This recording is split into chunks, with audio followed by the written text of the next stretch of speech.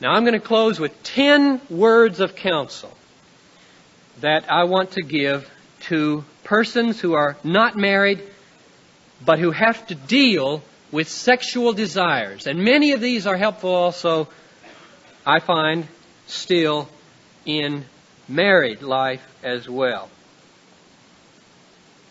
Some of them have a very masculine orientation. I can't help that. I know that temptation better than I know the female temptation. Some of them are do's and some of them are don'ts, but I intend all of them to be positive in the sense that they are all intended to preserve your freedom from any enslavement but one, slavery to God. Number one, do not seek regular sexual gratification through masturbation. It is a tragedy that I never heard that word in church. And I can only remember hearing it once in 4 years of college from every day going to chapel. One time my father mentioned it to me. What in the world is wrong? How was I supposed to do anything right? How are they supposed to know? Masturbation is self-stimulation to orgasm or climax. And the reason I say don't use it is because it, number one, will not solve the problem in the long run. It does not relieve the pleasure and the pressure very long. Number two, it becomes habitual. Number three, it produces guilt. Then more importantly, the last two arguments, it contradicts the God-given design for sexuality. Our bodies and our desires are designed for fulfillment through personal union. And self-stimulation contradicts that purpose and inevitably produces a sense of wrongness. But perhaps most importantly of all, masturbation is inevitably accompanied by sexual fantasies which we would not allow ourselves in reality. And therefore we start to become like the Pharisees, well scrubbed on the outside and inside full of perversions.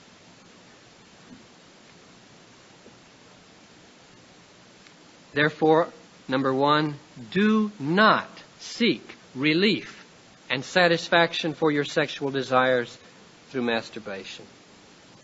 Second, do not seek sexual gratification through touching and being touched by another person, even if you keep it short of sexual intercourse. I'm speaking to unmarried people. Everyone knows that intimate touching is the prelude to and preparation for sexual intercourse. You stop it, you'll be frustrated to death and wind up in masturbation. Therefore, it belongs in marriage.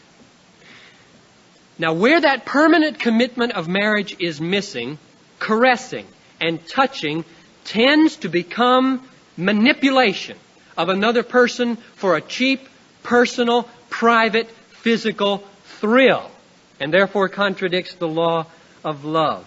It turns the other person's body into a masturbation device. It is not the way God intended it to be used. God made us in such a way that if we try to turn that moment of touching into a spiritual, emotional, personal moment of union, our hearts are going to cry out for permanence, for promises of faithfulness. Our hearts say in that moment, you may touch me because you have promised never to leave me or forsake me. You may have me because you are me. We are so made that we cry out for permanence when giving away our most precious gifts. And you all have sensed that. And therefore, that kind of touching belongs in marriage. Third, avoid unnecessary sexual stimulation.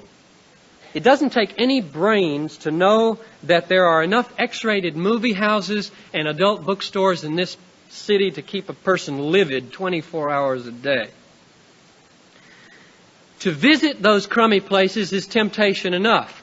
But the real test comes with what you do with the legitimate sources of sexual stimulation. What do you do with the PG movies? What do you do with Time magazine? What do you do with the newspaper and television and the drugstore counters and the rock music lyrics? That's where the test comes. Most of us Christians would not go down Hennepin Avenue to the wrong places. But oh, where we will go, what we will listen to, what we will allow our eyes to dwell upon.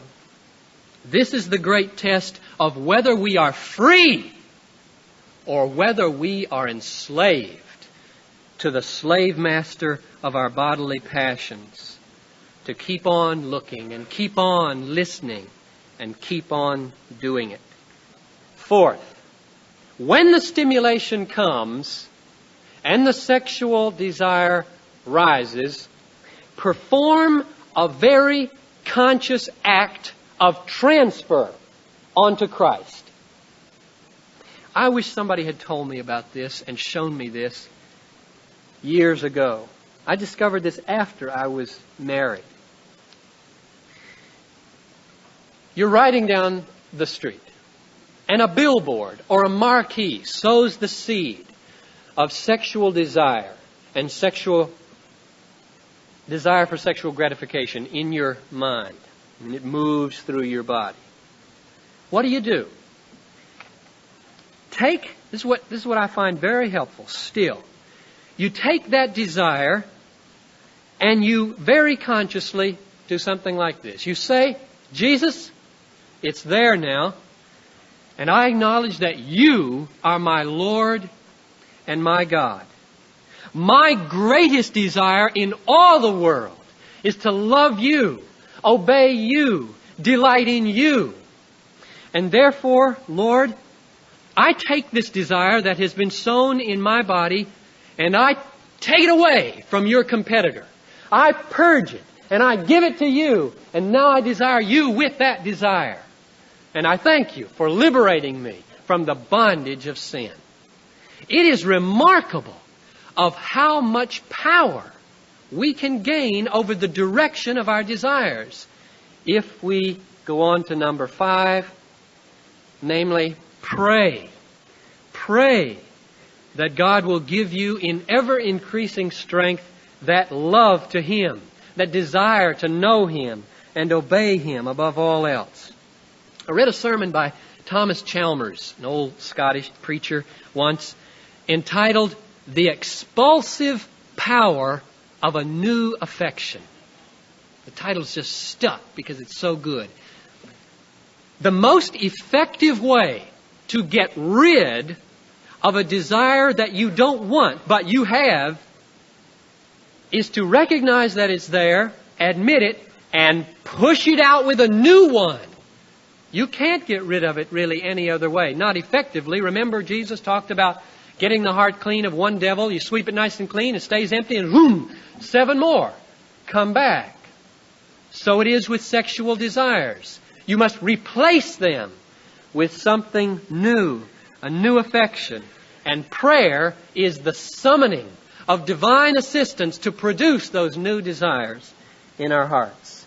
6th, bathe your mind in the Word of God every day. Jesus prayed for His disciples, sanctify them in the truth. Thy Word is truth. Truth sanctifies. There is nothing that renews the mind and the heart and enables it to assess things the way God assesses them than regular meditation on the revelation of God in the Bible. The person who does not take up the sword of the Spirit is going to lose in the battle for his body. 7, keep yourselves busy. Very simple advice. Keep yourselves busy. And when there is need for leisure, seek your leisure in things that are, to quote Paul, pure, lovely, gracious, excellent, worthy of praise. Idleness in a society like ours is asking for trouble. It is much harder for sexual temptation to get a foothold in our lives when we are busy. Very easy for it to get a foothold when we are dawdling and letting our minds run to and fro. And if you need a break for fresh air, take a walk in the park, not down Hennepin Avenue. Eighth, don't spend too much time alone. Not an easy word for some singles. Don't spend too much time alone. We've got to help you in the church with this. We're not doing a very good job of it, and we will do better. You must spend time with Christian people. Don't forsake the assembling of yourselves together. Not just here on Sunday morning. That text doesn't mean that. Don't forsake the assembling of yourselves together many times, in all kinds of situations, in little groups, 2s, 3s, 4s, dozens. Get together, encourage one another, stir each other up to love and good works. Talk about your struggles with trusted friends. Not everybody, but trusted friends. Pray for each other. Hold each other accountable for purity. 9. This is something I've learned more recently too, probably since seminary. Strive to think of all people, especially people of the opposite sex, if there's a problem, in view of eternity. It is not easy to fantasize, sexually fantasize about a person if you think about the eternal torment that person may shortly suffer in hell due to their unbelief. It is not easy. You know yourselves. You've had to bracket, rule out those thoughts. Jesus, stay out for these few minutes, because you'll ruin everything if you get in here with those kinds of thoughts. It ought not to be so. Paul said in 2 Corinthians 5:16, from now on, we know nobody according to the flesh. That means we know everybody from God's perspective. That'll clean up your mind in a hurry. That'll put a big, strong fence, especially you guys, about abusing the females among whom you function. It will not allow you to depersonalize them and treat them in your minds in ways you'd never treat them in person. And finally, number 10, resolve to seek the kingdom first. And all these things, all the sex that you need, will be added to you. That may be a spouse. It may not be. It may be the grace and the freedom to be single in purity and joy and contentment. That's up to God.